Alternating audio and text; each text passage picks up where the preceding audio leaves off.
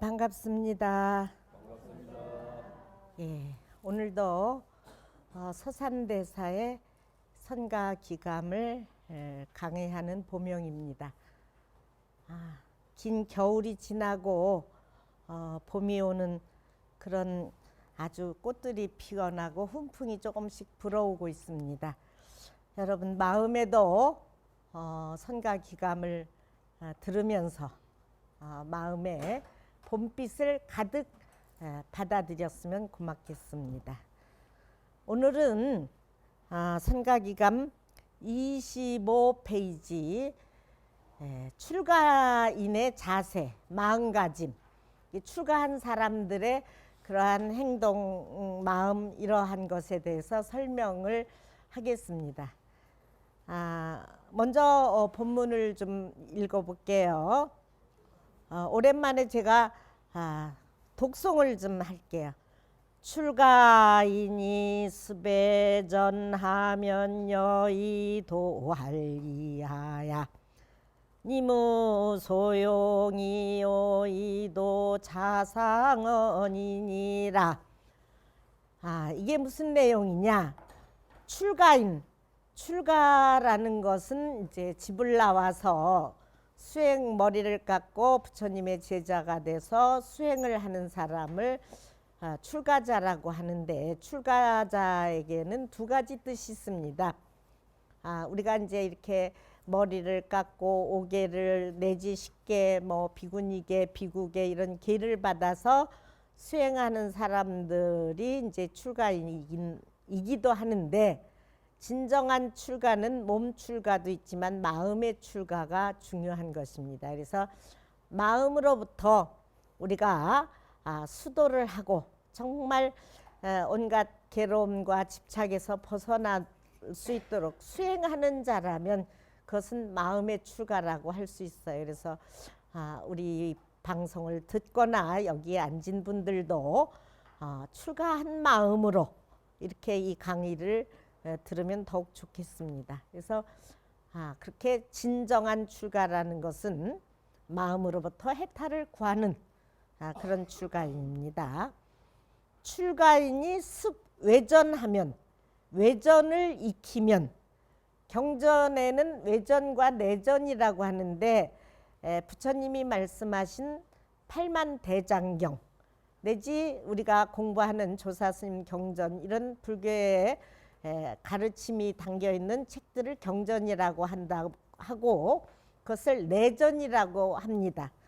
그런데 비해서 세속적인 글들, 또 세속에 많은 소설이라든가 또는 외전 이런 것들을 다 외전이라고 하는데, 출가한 사람들은 부처님의 경전, 즉 내전을 보는 것이요, 외전을 익히고 공부를 하면 안 된다라는 얘기예요. 외전이라는 것은 세속적인 그 삶의 연속이잖아요. 그러니까 출가한 사람들은 부처님의 경전을 중심으로 그렇게 공부를 해야 된다. 만약에 출가한 사람이 외전, 즉 세속 사람들의 글들이라든가 이러한 글들을 자꾸 익혀나가게 되면은 출가에 도움이 되지는 않습니다. 세속적인 이야기들이 담겨 있으니까. 그래서 출가인이 외전을 익히는 것은 여의도할리하다. 칼로서 진흙을 베는 것과 같다. 칼로서 진흙을 베면 흙은 자연적으로 더러붙고 흙은 아무런 일이 없지만은 칼은 다 상하는 거예요. 그러니까 진흙을 벤다고 내 칼질을 한다고 하지만 칼을 쓰여야 할 때 써야지 되지, 진흙을 베고 있으면은 무슨 소용이 있겠어요. 그래서 진흙은 아무 소용이 없는데 칼만 상하게 되는 거야. 그래서 공부를 한다고 하는데 출가한 사람들이 외전이나 익히고 세속적인 공부나 하고 세속적인 일을 자꾸 익히게 되면은 그것은 칼로서 흙을 베는 것과 같아서 흙은 아무 소용이 없고 진흙을 베봐야 오히려 칼만 스스로 상한다. 출가한 사람들의 마음만 이래저래 속상한 일도 생겨나고 끊는 마음이 없어진다 그런 얘기예요. 그래서 출가한 사람들은 반드시 부처님의 경전을 중심으로 그걸 내전이라고 하죠. 공부를 해야 된다. 여기에 이제 그 다음 장에 보면은 출가한 스님네가 왜 출가를 했는지 또 출가해서 무엇을 해야 하는지를 잘 얘기하고 있습니다. 여기 우리 스님네도 앉아 있지만 읽어볼까요? 출가의승이 기세사오와 비구 아니려며 비구 온포야며 비구 리명야라 의 생사야며 위단 번뇌야며 위 속불 해명야며 위출 삼계 도 중생량이라. 여기에 하지 않아야 할 것이 지금 세 가지가 나오고 꼭 해야 할 것이 네 가지가 나옵니다. 출가인이 해야 할 게 뭐냐? 출가의승이 출가해서 스님네가 된다는 것이 승은 스님네를 얘기하죠. 출가해서 스님네가 된다는 것이 기세사오와 어찌 사소한 일이겠는가? 정말 출가한다라는 것은 뭔가 큰 뜻을 품고 해탈을 구하기 위함인데, 그러니까 출가한다라는 일은 작은 일이 아니다 그런 얘기예요. 세사 출가해서 스님이 된다는 일은 어찌 이게 작은 일이겠는가? 비구 아니려며 안위를 구함도 아니요. 내가 안일하게 살기 위해서 출가한 거 아니단 말이에요. 그렇죠? 뭔가 고행해서 깨달음을 얻기 위해서 우리가 출가를 했지. 그러니까 비구 아니려며 안위를 구해서 한 것도 아니요. 그러니까 이게 안일비가 지금 3개 나옵니다. 비구 온포야며 따뜻하고 배부른 것을 구했지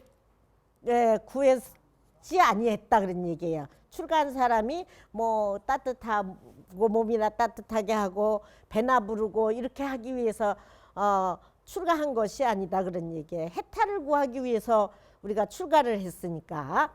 그 티베트 승려들은 아주 그 깊은 산골짜기에 가서 수행을 하는데 점점점 수행을 하다 보면은 이 밖에 불도 없죠. 굉장히 눈 속에 춥잖아요. 그러면 수행을 하다 보면은 스스로 자기 온도를 끌어올리는 그런 수행법이 있대. 그러니까 아주 저도 아침에 여기서 이렇게 기도를 하거나 수행을 하면은 지금도 여러분들이 굉장히 춥고 이렇다고 하는데 저는 새벽에 와서 여기서 기도를 하고 있잖아요. 근데 춥다는 생각을 잊어버려요. 왜냐하면 금강경을 읽고 뭐 법문분경을 읽고 기도를 하고 축원을 하다 보면은 언제 시간이 갔는지 뭐 추위가 정말 있었는지를 잊어버리고 공부를 하는데, 우리가 출가를 한다라는 일은 이렇게 뭐 어떠한 안위를 구해서도 아니고 또 따뜻하거나 배부른 것을 구해서 출가한 것도 아니다. 다시 하나 더 있죠. 비구 리명야라. 뭐 이로움과 여기에 이제 어떠한 그 이로움과 명예를 구함도 아니다. 스님네가 뭐 무슨 재산 싸움을 한다거나 또는 무슨 또 뭐예요 명예를 탐해서 이거 출가하는 거 아니거든요. 저가 보리암에서 옛날에 출가해서 수행을 이제 기도를 하는데 정말 밤새 기도를 해요. 그러면 저는 출가할 때 정말 이런 생각이 하나도 없었죠. 그냥 출가를 한 거예요. 아마 숙세의 인연이 있어서 출가를 했는지.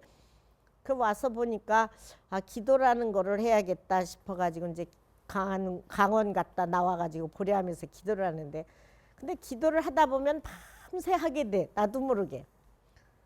그럼 밤새 기도를 해서 또 뭐 그때 당시에는 기도를 같이 한 스님들이 많았는데, 내가 가만히 보니까 세속에 이제 사람들이 보리암에 기도를 많이 왔어요. 지금부터 뭐 40년, 50년 가까이 다 됐으니까 제가 20대에 그렇게 기도를 거기서 하는데 100일 기도를. 그러면 오면은 뭐예요? 자식 잘 되게 해달라, 대학 잘 가게 해달라, 또 뭐예요? 뭐 남편 사업 잘 되게 해달라, 뭐 여러 가지 소원들이 많아. 그래서 가만히 제가 보니까 저는 뭐 내가 돈을 구하기 위해서 기도하는 것도 아니고 명예나 주지나 돈이나 그런 생각이 하나도 없이 기도를 했어요. 그렇다고 뭐 크게 깨달아야겠다라는 것보다 기도를 해야겠다라는 마음에서 기도를 했는데, 근데 그 기도를 하다 보니까 금강경을 쭉 독송도 하는데, 금강경에는 사구계송만 수지 독송해서 우리 타인설해줘도 복이 삼천대천세계를 넘는 그런 복이 있다라고 그러는데, 그러면 그 금강경만 읽어도 복이 이렇게 많은데 저 사람들이 구하는 게 많은데 왜 그거는 안 읽고 왜 전하지 않을까, 그런 생각이 들어서 나중에 제가 이제 부산에 포교원을 차려서 이거 금강경 강의를 해줘야겠다. 그래가지고 제가 포교원을 해서 한 10년 동안 금강경 강의도 많이 했는데, 저는 그렇게 얘기해주면 전부 다 그거를 많이 할 줄 알았어요. 그랬더니 아무도 그걸 실천하는 사람들이 그렇게 많지가 않아. 이거 해줘도, 저는 하지 말라고 그래도 그거를 했는데, 그래서 이게 억지로 되는 일은 아니구나 그런 생각이 들었어요. 근데 어쨌든 스님이 된다라는 일은 이렇게 안일함을 구함도 아니고 배부른 것을 구함도 아니고 또 명예나 이익된 일을 위해서 이렇게 스님이 된 것이 아니다. 그러면 무엇을 위해서 됐느냐? 그 뒤에 그게 나오네요. 의생사야며, 생사를 해결하기 위해서다 그런 얘기예요. 나고 죽는 일, 우리가 어디에서 왔는지 언제 죽을지 우리 반드시 죽어요. 근데 자기가 죽는다라는 생각을 별로 안 하는 것 같아. 뭐 갑자기 암이 걸리면 그때서야 아우 내가 얼마 못 산대 그러지, 미리 이미 다 예견이 돼 있어. 암이 오든 뭐가 오든 와서 죽어야 한다는 사실은. 그러니까 그거 너무 걱정할 필요가 없는 거예요. 걱정보다도 그렇기 때문에, 죽음이 내 곁에 와 있기 때문에 오늘 공부를 하고 다음 생을 위해서도 그렇고 뭔가 정신을 바짝 차려서 수행하지 않으면 안 돼요. 근데 죽음은 저 멀리 있다고 그래요. 한번 생각해 보세요. 여러분들 다 가까이 와 있어. 요즘은 뭐 나이가 많고 안 많고 간에 얼마나 위험된 일이 많아요. 정말 비행기가 날아가다가도 사고 나죠. 하루에 교통사고가 수없이 나고 있고 우리 언제 어떻게 될지 사실 모르는 일이야. 그러니까 내가 오늘 죽어도 오늘 공부하다가는 마음으로 수행을 해야지 돼. 특히 출가한 사람은 뭐 말할 것도 없고, 그래서 내가 온 곳도 모르지만은 가는 곳도 어딘지도 알 수가 없잖아. 이거를 해결하기 위해서 우리는 출가 생활을 한다 그런 얘기예요. 근데 여러분들도 언젠가는 죽어야 하는 건 똑같으니까 스님네만이 아니라, 그래서 내가 저녁에는 반드시 아미타불이라도 연부를 하면서 여러분들이 잘 수 있고, 일어나서 뭘 해도 경전을 하나 읽으면서 내가 깨어날 수 있고, 이렇게 수행을 하면 여러분들도 출가의 마음이 있다 할 수 있는 거예요. 그러니까 첫째, 생사를 위해서 출가를 했고, 두 번째, 위단 번뇌하며, 번뇌를 끊기 위해서 출가를 했다.